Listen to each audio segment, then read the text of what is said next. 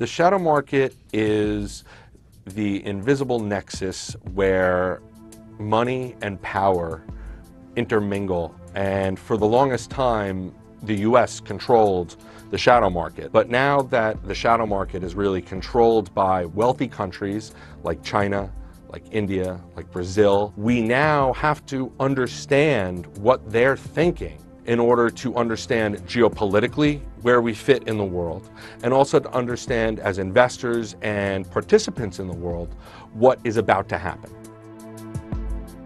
Actually, what frightened me most in my research was the complete lack of preparedness on behalf of our policymakers for this coming shift that is basically unstoppable. In the book, I write about a Pentagon war game exercise that it was strictly economic based. What they found was that the US lost repeatedly, and that at the US's expense, China rose in world power. And the reason was pretty simple.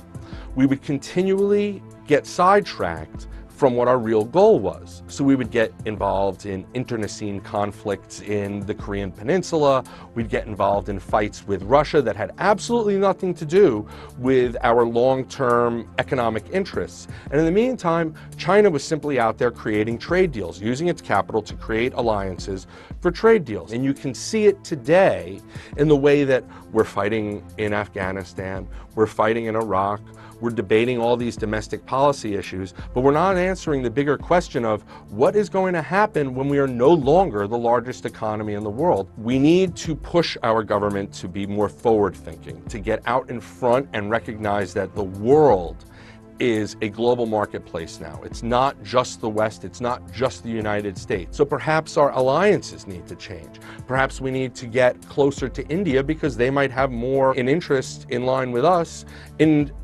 creating a check against China. We're playing a game against opponents that are playing a completely different game from what we're playing. In the West, this is very frightening. This is going to create a tremendous amount of dislocation.